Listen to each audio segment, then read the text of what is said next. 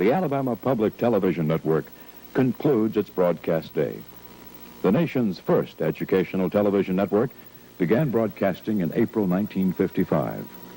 Owned by the state of Alabama, the network continues to grow and add new dimensions in programming to serve the citizens of the state.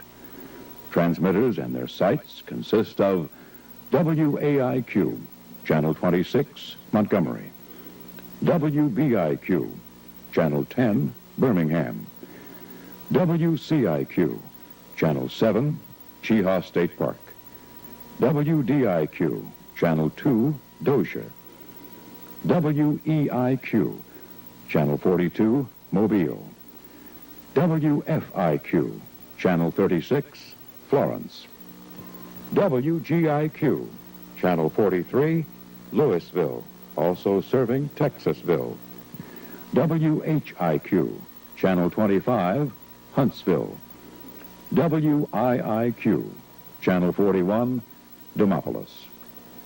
The Alabama Public Television Network is operated by the Alabama Educational Television Commission, located in Birmingham.